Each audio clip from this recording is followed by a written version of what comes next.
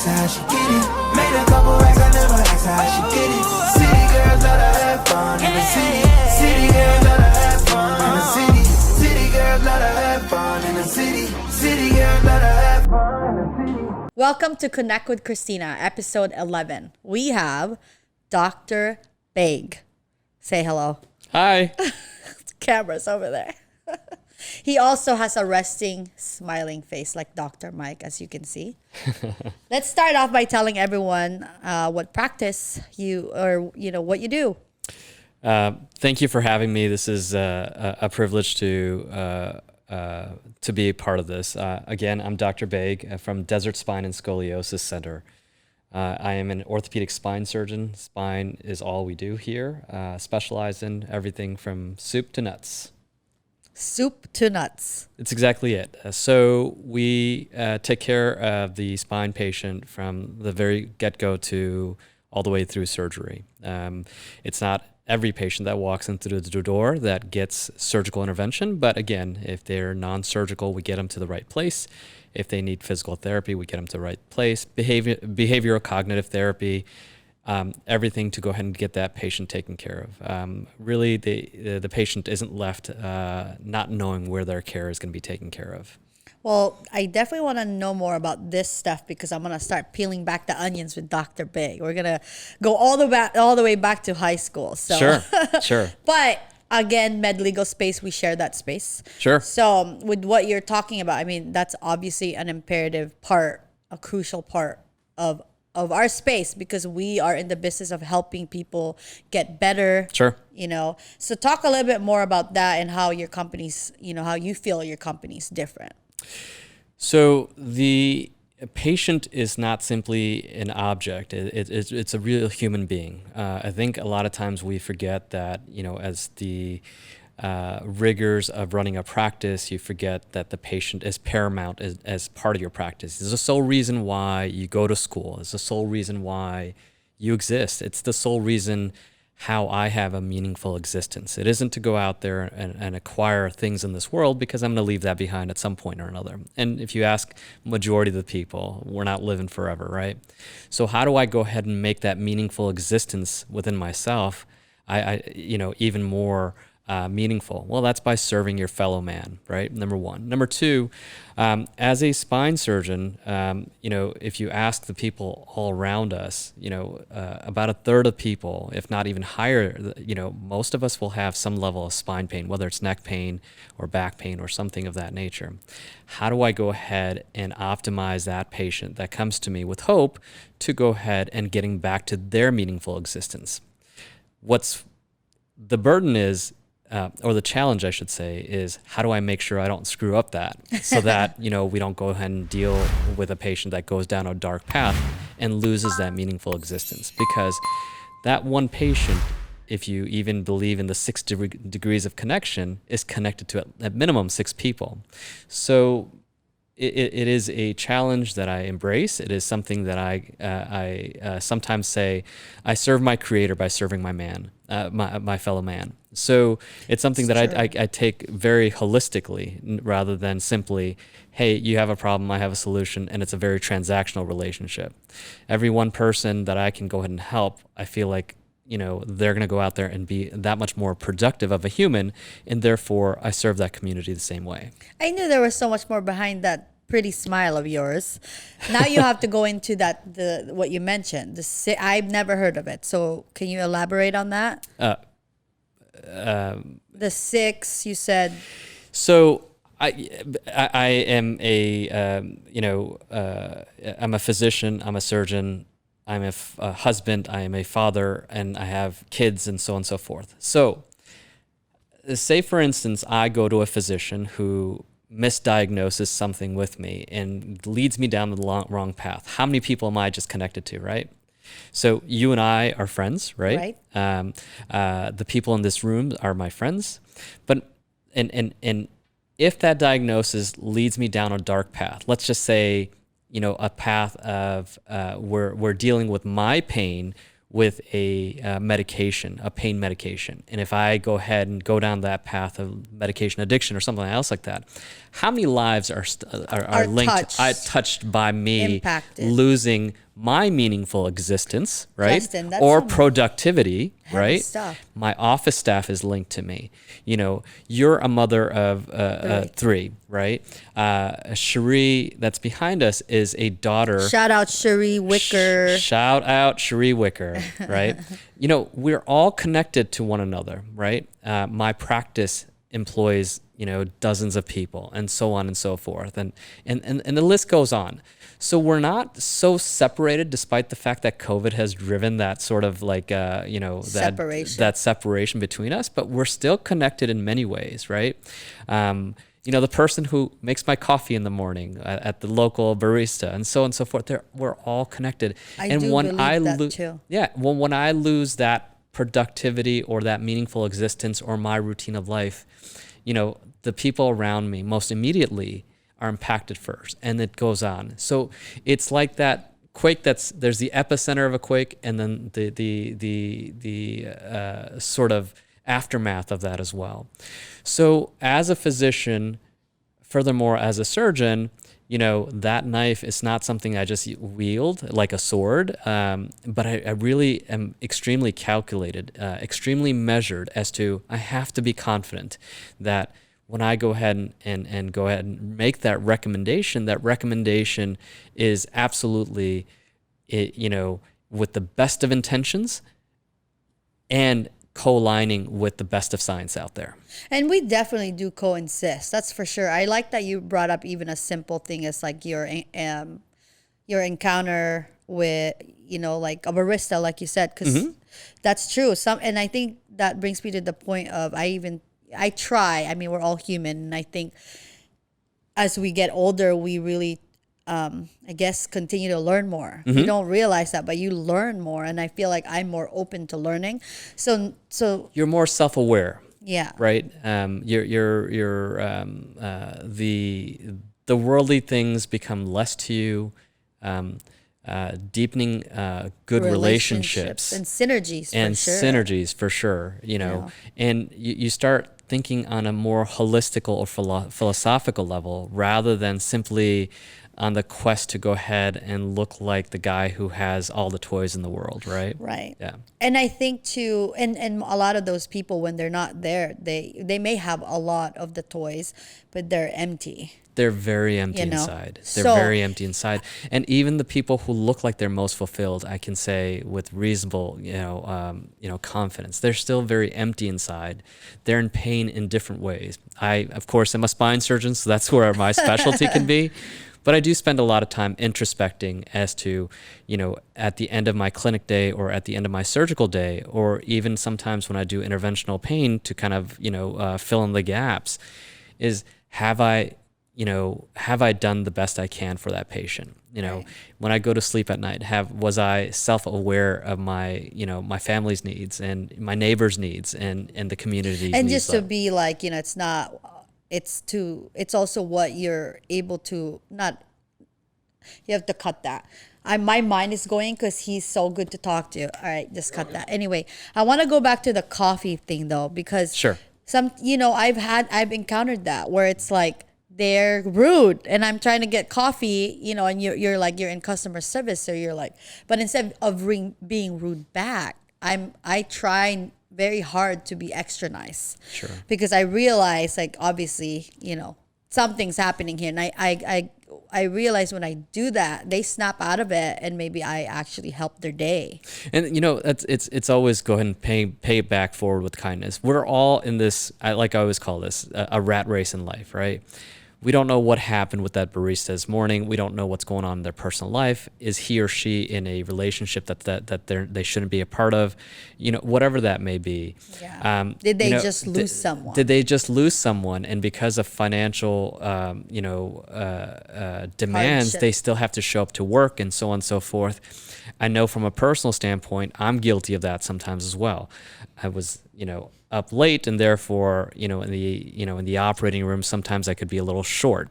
I'm never demoralizing, but at the same time, could I have said that a little better or with a different tone? And So so that's the self-awareness. it's a self-awareness. And I think as I get older, I become more and more self-aware. And it's something that I think I kind of just play that back in my head every time I put my head back at night to finally shut down, to go ahead and say, hey, encounter that person the next day. Hey, by the way, I may have been a little bit short yesterday, so I do apologize. I love that, Doc. Yeah.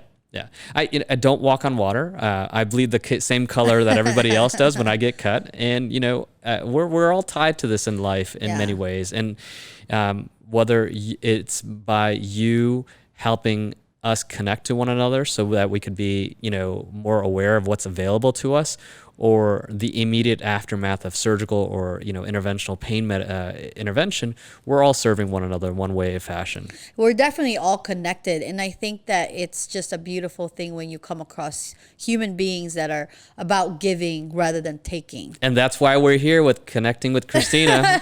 You heard it from his mouth. But now, so in our legal space, our med legal space, I'm direct to consumer a lot. Mm-hmm. So I appreciate what you have to say and offer in this space, because I want my clients who trust me to help them to be, properly taken care of. Sure. And again, they're going through a lot already. Mm-hmm. So for me, I'm that person where they call me and I'm trying to send a tow truck. I'm trying to get your car taken care of, collision centers, or if it's totaled, guide you through that. Even on that part too, there's people in our space where I send to them because, when the car accidents happen, the tow trucks pick them up and then they send them to this yard. So imagine being so stressed out. Mm-hmm. Okay, you left your purse, or maybe not your purse, your medication, your baby, whatever it is, and you go there, and then they're so rude to you. Yeah, so, Christina, you bring up an amazing point. A car is probably your second largest purchase, only to your home, right? It's totaled or whatever that may be, but it's also your form of freedom. It's how you get to work. And that one vehicle, literally and figuratively speaking, is tied to so many things. You got to pick up your kids from daycare or whatever that may be, and everything else like that. It's an extremely a stressful moment. And the fact that you go ahead and organize that, to go ahead and tell, Mr. or Mrs. Smith, going, I got this for you. Let's take a load off of you. Let's go ahead and get you taken care of. The amount of just psychological and emotional burden that you share is a huge amount. And God bless you for doing that, because, being part of that sort of, what next? You're stuck on the side of the 60 or the 202, and, you've got whizzing cars going by. You're supposed to go to work, or you're supposed to pick up someone. All that emotional, to the point of you're like, I can't miss another work. I can get fired. I can get fired, and so on and so forth. So a person's life really comes to a huge standstill as to what next, right? And to be able to be part of that journey, that's huge. I commend you for that. And I do want to shout out Vanessa Ramirez, because she does the same thing. Oh, wow. She is also direct to consumer, so she's able to help in the same way. We see things a lot differently. It's just that being able to really help someone when they need it. Right. And then Ray, I want to shout him out too, because that's who I was talking about. He's with Elite PDM. Mm-hmm. I can have full confidence that if I send him someone, they are, again, stressed out, frustrated, maybe even crying, right, that he will take them by the hand. Jared, his partner, same thing. Walk them through everything. Make sure that they're kind. Mm-hmm. And accommodating. Okay, you want to go get your medicine, you want to get your whatever you need, the stuff you need for work, they will help you, right? And right. And then now if you add the medical side, and then that, that side of it together, we're all again connected, correct, and helping this one client, right. So I want to say thank you to that. By the way, he has steady hands, because we ask him to take all our photos because he doesn't shake at all. So that's the kind of spine surgeon that you want. I've never had someone, measure my aptitude by the way I'm taking pictures, but that's a good one. I can appreciate that. And since we have a guest, we have Cherie Wicker in the background, and she doesn't like attention, and she's a giver. Yes. So I'm going to put her on the spot, and I ask you to say some kind words about her or things you love about Cherie? We're all blessed to know this female, by the way. Cherie has been an absolute, just a tour de force. Someone who is kind, always eager. There's never been something that I've ever heard her say no to anyone. This is a human being who single-handedly takes care of her elderly mom. Mama Dragon. Mama Dragon, as she says. And, again, and I'll bring this up again, taking a good portion of my practice has a lot of senior citizens, and it's so common to see people of Cherie's mom's age that come to a preoperative consultation but without any adult children with them. And I can only imagine when you get into your 70s or 80s, the fear of spinal surgery and having to go through that journey by themselves. It is daunting for them, and we do our best we can with the practice standpoint, but it's so different from seeing someone without any of their adult children or with them, and that sense of mom, dad, I got this. Cherie brings that to the game almost every day with her mom. If there's a meeting, she's cutting it short to go ahead and make sure that her mom is taken care of. So her fundamentals as a human being are so sound, especially taking care of her mom. I think that parlays into how she takes care of everyone around her, the rest of us, right? And, we need more Cheries in this world. Or, me as I get older, I tend to be more in tune. I use Cherie as my mentor on how to be a better son myself, how to be a better doctor, how to be a better, overall a better human being. So shout out to you, Cherie. We love you, Cherie. So you're talking about fundamentals. So let's peel it back now. Let's go back to your upbringing. Yeah. I want to hear all about that. So where were you raised? Born and raised in Chicago. My dad's Mayflower, as I call it, landed in Chicago back in 1973. So, just a Chicago kid at heart and ethic and everything else like that. Just some basic hardworking Midwestern values. How were your parents? Like, what were they super strict? They came to a country they didn't know much about. They just knew that this had a lot more. Where were they from? India. India. Yeah, okay. South India. And they just knew Shukran. Shukriya. Shukriya. I'm so wrong. So they came here, blue collar ethic and blue collar workers all their lives. My dad, who's 83 this year, retired at 76 from the post office, only because the fact that it cost them more to keep him on than to buy him out, and they finally bought him out. So it's not that I come from a long lineage of physicians in the family or anything else like that. Yeah, I mean. And your mom? My mom was a seamstress. She used her seamstress skills, so she would do everything from worked at a baby factory where they made onesies and little things like that. Wait, so she's mimosa-sized people's best friend like me? Yes, okay. Yes. From there, she took those skills when that factory closed down to made drapes with her seamstress skills. Custom made drapes for a company that was doing custom made nice. Draperies and stuff like that. Do you have any siblings? I'm one of four. I have an older sister, then it's me, my younger brother, and then my baby sister. Okay. Yeah. I want to know what you were like in high school. I am no different now than I was in high school. I'm still someone who is, somehow or another finding my way into some kind of trouble, one way or the other. I was driven, but at the same time, I just enjoyed, downtime with my friends, lounging, but really not a whole lot different from me now than I was then.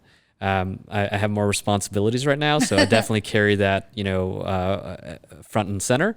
But at the same time, I still just like to have a good time with, a group of friends that I can call like family. And right. Good friends are family that we're blessed with. You get to choose them. You get to choose. Yeah. Exactly. Yeah. Good friends are family you get to choose. Right. So.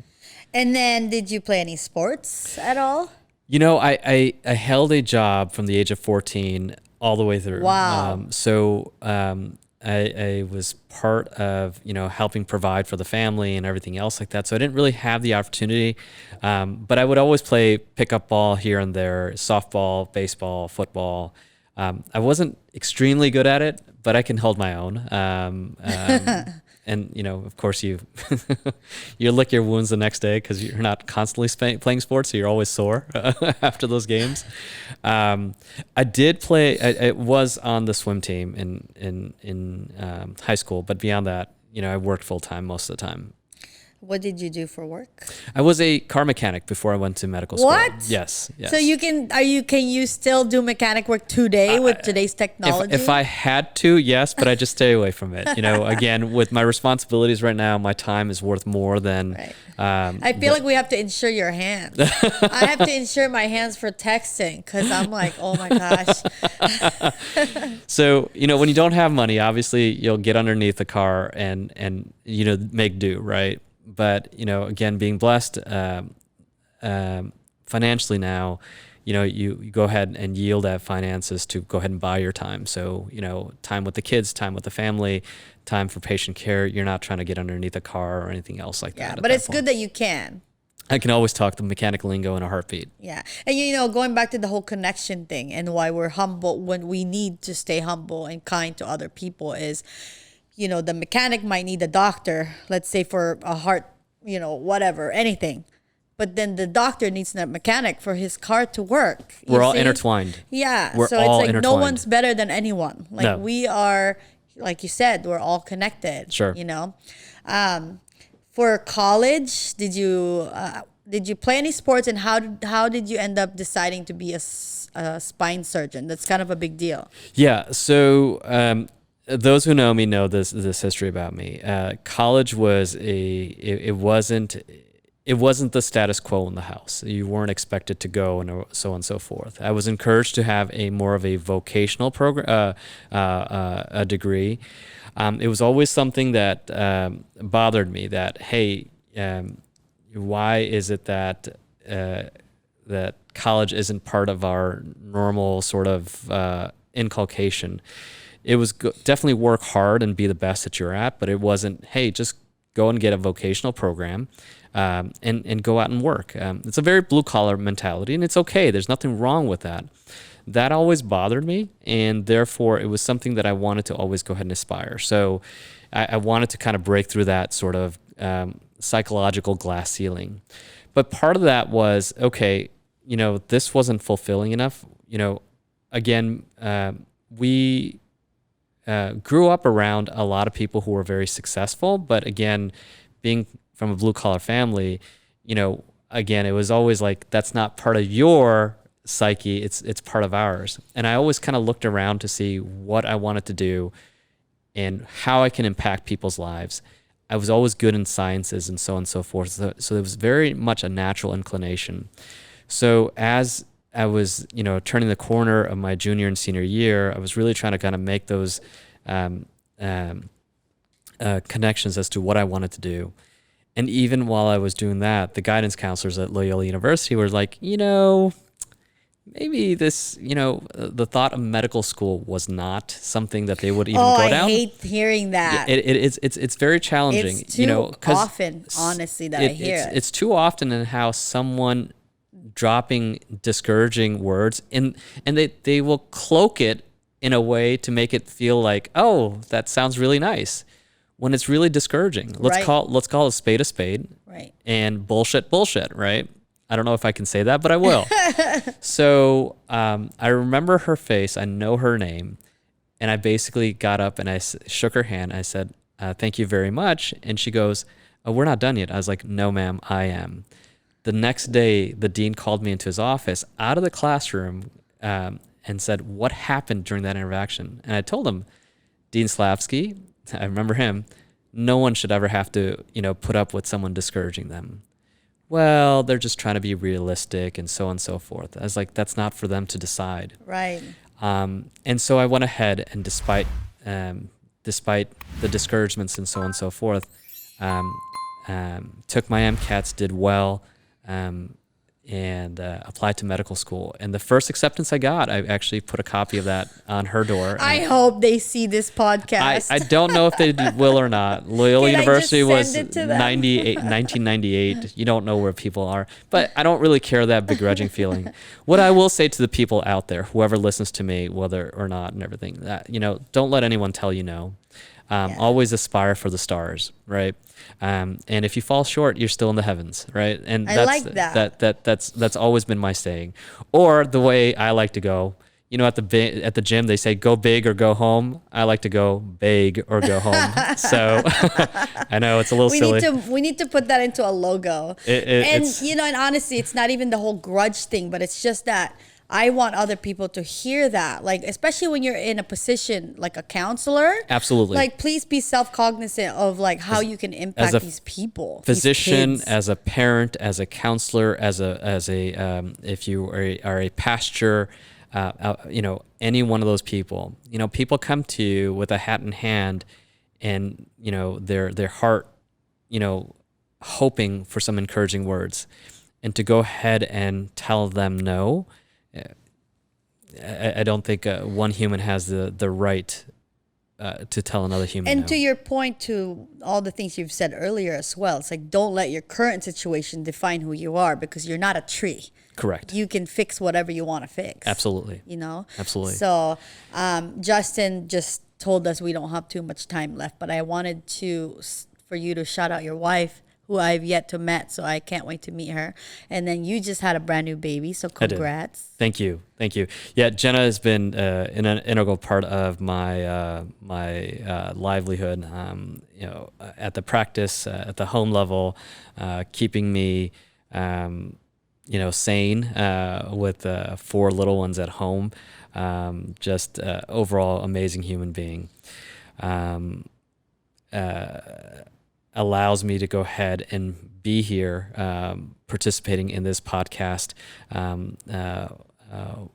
and just supportive. Sure. Overall, very supportive for sure. Very cool. I wish we had like a whole hour left with you, because there's so much more. But at the end of the day, I know we don't have much time, but I think for the people out there that are looking for a spine specialist, find someone that you can connect with that will understand your pain. Know that we, as physicians in the spine arena, may not have all the answers, but try to connect with someone who is a subject matter expert. There's a lot of gimmickry out there that will go ahead and there are people who are offering surgery when they're not surgeons out there. Scary. It is scary. Do your homework, do your due diligence, ask hard questions. It's our job to go ahead and answer them. It's our job to rise to that opportunity to put your mind at ease. We're here to serve, and if we can't serve appropriately, then there are others out there. And there's several good guys out there that I know of, and if I can't be that person that can be on that journey with you, the least I can do is go ahead and point you in the direction that you will. Or when you or someone else that comes to the practice, our goal, as I inculcate that and have that meeting with all my clients or my staff, our goal is not to go ahead and find surgical patients or patients that we can do procedures on. Our goal is to educate them. Now, if they allow us to be part of that journey, that privilege to walk that line with them, then yeah, we're the practice for you. But if there's a disconnect, let's find you someone that can go ahead and take care of you. But let's get you back to good is our goal. Yeah, and that's a very delicate, sensitive, and important, area too. So how can people get a hold of you? You can always call us at our practice number is 480-993-1300, or you can go to our website and read up on us and my practice, my mid-level providers at phoenixspinesurgeon.com, all one word. It's very simple. We live in Phoenix. You're looking for a spine surgeon.com. And we'll put it right here on the screen. So let's open up some sponsorship presents. So I've go got ahead and reach that. All right. I will talk about it while you open it. Shout out to April Tatum. She's in corporate of property management, which is CalCap. Shout out to her. She started her own candle business. This is candles are my wife's big thing. I tell her to start her own candle business. Maybe I can get her and April together. Yep. There's always enough work for everyone. We'll connect them. But April, thank you, and we'll put your Instagram handle. Oh, this smells amazing. Which one is that? This is the eucalyptus. There you go. I really enjoy eucalyptus. There you go. Can you read the company name to everyone too? You know, I never know how to say that name. Hot. Okay. Sorry. I know how to read, I promise. But it's just like Hot Point Candle Company. Sorry. There you go. Hot Point Candle Company. Yep. Thank you, April. This is awesome. Doc, thank you for being here at Connect with Christina. I appreciate you. Thank you. AKA? The Cloud God. He got it. Happy Saturday. Thank you, Christina. Brand new bands, never asked her how she get it. Made a couple